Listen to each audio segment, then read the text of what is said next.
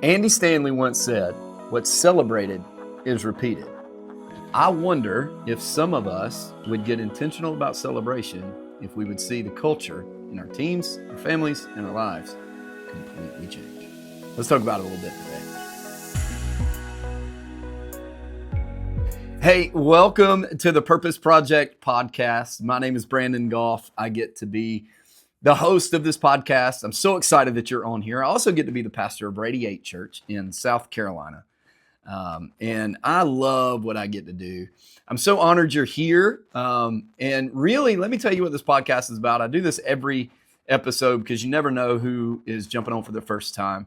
But really, this podcast is meant to be a coaching tool, a little bit of a challenging tool. I'm a coach at heart. I love leadership. I love challenging people.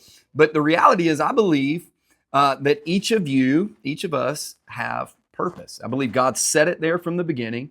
I believe God purposed you and gave you giftings and gave you abilities that nobody else has, or that you're just really, really good at in order to accomplish purpose. And my heart is I just want to help you get there a little bit closer each and every week. So we record these episodes in series and in talks to challenge you, to give you some really practical handles on how we can do that. And we've been on this topic of culture lately, and so we're going to continue that today. However, before we get started, I'd love for you to help me. I'd love for you to like and review this podcast on whatever platform you listen on. I'd love for you to share it on social media. Let your friends and followers know about this podcast so they can jump on with us, and even share it with friends, coworkers, family, whoever that you think would benefit from it. Because in my opinion, the more we can get on the journey of chasing their purpose, the better. And we've been in this series of talks about building culture. And culture, we've talked ad nauseum at this point about how culture is the experience or the attitude that you experience in an organization or a family unit or maybe a team. You know, I mentioned I'm a pastor. And so culture for us is, what do people experience the moment they pull into the parking lot? What are they experiencing? Joy? Are they experiencing, hey, you're a little bit of a problem to be here? You can take that to your context of maybe you're a CEO, maybe you're a doctor, you own doctor's offices, maybe you serve your church, maybe wherever you are. But everyone has culture, okay? In our families, we have culture personally. We have culture in our homes. We have culture in our churches. We have culture where we work. And so the idea is, how can I build a life-giving culture? We talked about this statement that Dr. Sam Chand says it like this, that culture will eat your vision for lunch, right? I think big vision is instrumental. It is so needed in anything that you lead. You've got to have vision. Where am I going? What are we accomplishing? Why are we doing this? And get everybody on the same page with vision. Vision's great. In fact, I talk a lot about having vision. I'm a big vision guy. I'm a big picture, 30,000 feet up guy. I see things that way. But here's the truth. I can have the biggest vision. You can have the biggest vision in the world for what you want to accomplish. But if your culture is not life-giving, your people will not allow your customers or your people to experience the greatness of the vision. Your culture will not allow you to get there. So if you have a toxic culture among your staff, among your leaders, if you have a toxic culture among your business, you're not going to accomplish that big vision. I'm just letting you know now. I've seen it over and over again. There's a series to where you get, all right, our culture's good. We built this thing. We go from a mom and pop shop that we've now kind of branched out, franchised out. We're getting bigger, but the culture never changes. And every single time, over and over and over again, you see where you're climbing. Culture helps you get there, and then you don't change the culture. And so you plateau off, and then you start to dive. Why? Because you had the big vision and you had the big idea, but your culture now was sabotaging the vision. So we've been talking about how to build a life-giving culture to support your vision. If you missed any of it, you can go back past several weeks to begin this series of talks. I think it'll be really helpful for you and your team, whomever you may lead. Now, I want to ask you this. If I were to ask you on a scale of 1 to 10, 1 being the worst, 10 being the best, 5 right in the middle, okay, I'm all right. How good are you at celebrating? Like, how good are you at celebrating wins? How good are you at celebrating people? How good are you at celebrating achievements? Now, here's the truth. For me, I would say I'm probably around a 6, maybe a 7, depending on the week. And that is only because I have actively, over the past several years, tried to get so much better at it. But here's what I learned about celebration. I either celebrate wins or I celebrate negativity. So watch this. When I give more attention to the problems and the negativity than I do the positivity and the solutions, I'm actually celebrating and teaching people, if you have drama and have problems, you get my attention. So now people are going to begin to walk in that so that they can get my attention. The same thing as kids. If your kids never get your attention unless they do something wrong, guess what your kids are going to do to get your attention? Something wrong. But if they get your attention in celebrations, when they do something right, if they get your attention by throwing the baseball out in the yard, whatever it is, then they're going to begin to do those things. That's why I really believe in the statement Andy Stanley says, my pastor, Pastor Daniel Floyd says, is what's celebrated is repeated, good or bad. Sometimes we get way too on the one side of really celebrating the negative. Now, let me tell you a little bit about me. If you've listened to this at all, you know this. If you're a part of Radiate Church or Acts 2 Network that I lead or any of that, you know this about me. But I'm a bit of a pusher. I'm a fixer by nature, right? So I'm a vision-driven leader. I'm always looking at the next thing. What can we get better at? I'm always looking at the next goal. How do we get there? What are practical steps that we can take to get there? I am obsessed with leadership. I love leadership. I love leadership principles. And so I'm always looking at what can we do to get to be a better leader, to really expand and hand off responsibilities and leaders better so that we can scale this thing to a larger scale. I'm always looking at those things. So being a pusher, a fixer, a vision-driven leader. And I don't know if you know anything about Enneagrams or anything like that. Not saying you have to, but I'm a 7 on the Enneagram, which means I don't like feelings. I don't like, I don't like the middle is what I call it. I know 2 emotions really well. I'm either frustrated or sad, or happy. Sorry, frustrated or happy. I don't like the sad in the middle. I don't like the in the middle. I don't do well in the middle. I'm a 7, but I wing hard 8, which means hard 8s are like bulldozers. They'll just run over people in the process.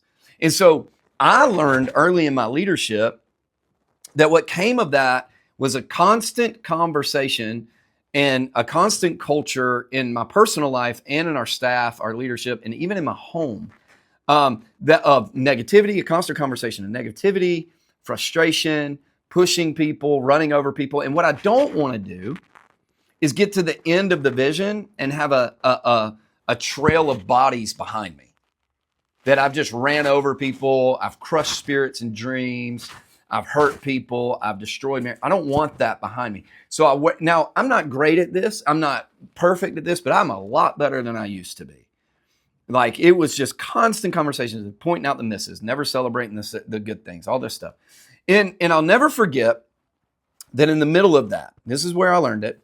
I was sitting on a back porch with my wife one night. We were hanging out talking, and I was frustrated. I was just talking all about the negative. This leader isn't doing this, and this staff member isn't doing this, and this person said this, and we're not doing this good enough, and we need to get to this level, and we need to get to that goal. And several years ago, we were having this conversation, and I was just going off. If you're a leader at all, you know exactly what I'm talking about, okay? If you're vision-driven, if you're a pusher, if you're a fixer, you know exactly what I'm talking about. You've probably been there yourself.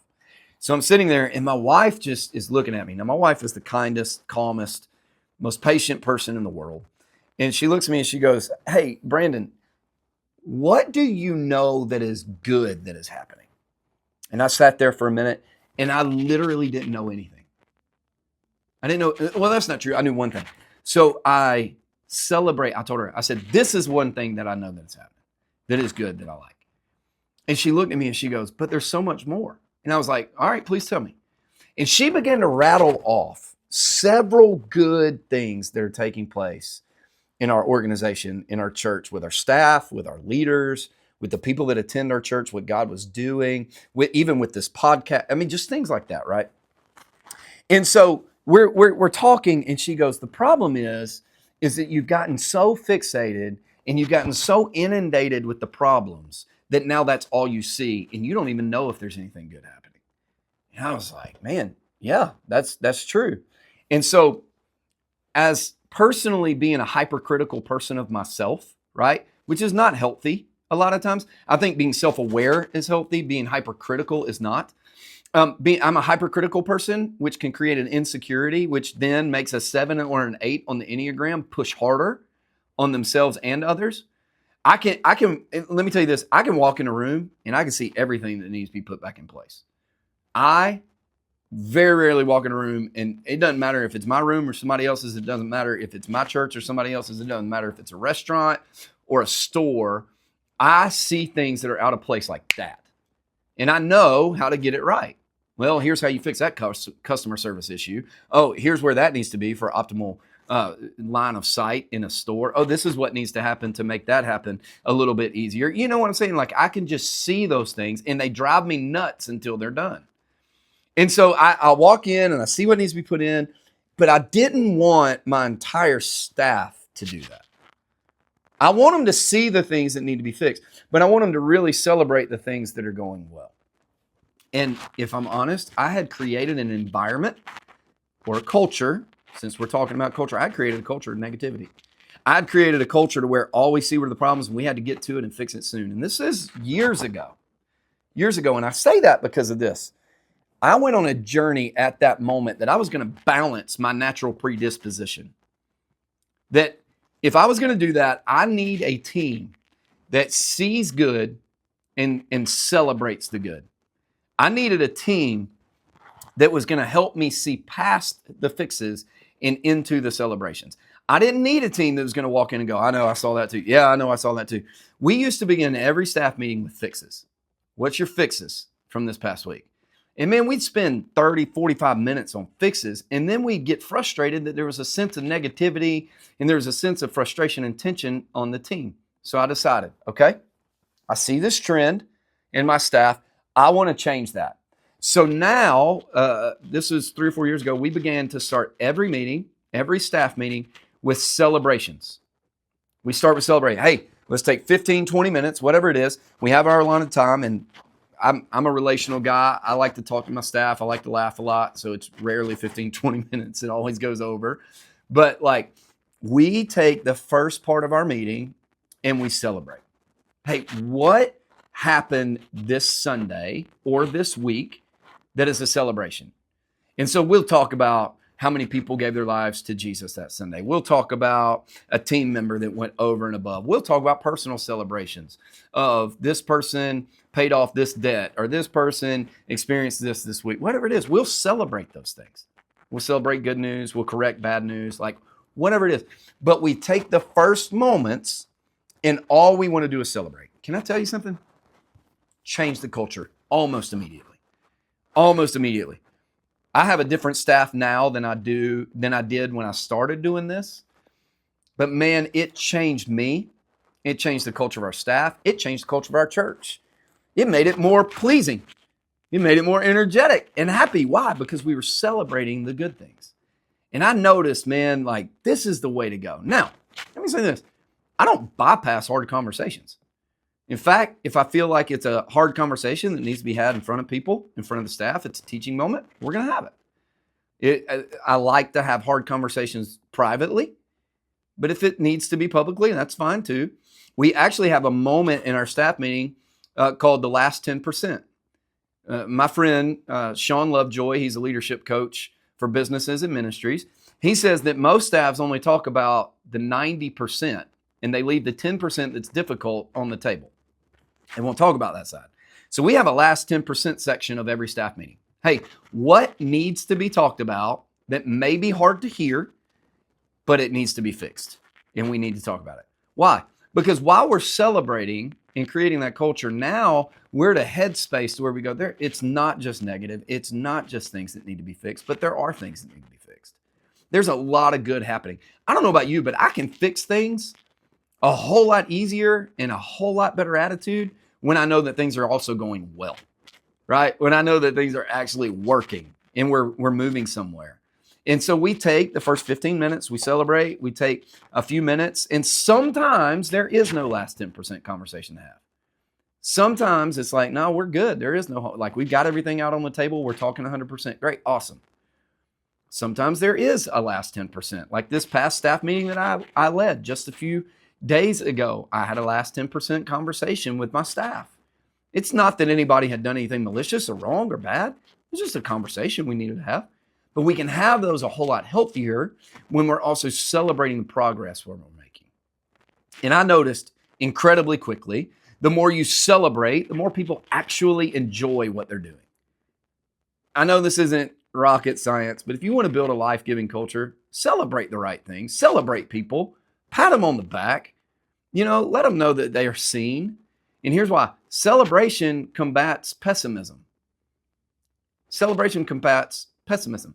So here's what I mean. It's easy to get in a negative, pessimistic mindset whenever we're constantly looking at, I got this to do, and I got that to do, and I got a checklist, and I got a task list, and I don't have time, and I don't have this, and I don't have that, and I got to do this, and I got to do that. And pastor's not even seeing, or my leader's not even seeing, and this person's not even seeing the good things that are happening. And I don't know. I can't even see the good things that are happening. Oh my gosh, this is overwhelming, right? But whenever I know everything's okay, my team's good, we're hitting goals, we're doing well. I don't need the pat on the back, but it feels good to have it. Like all those things. Celebration will beat pessimism or negativity every single time.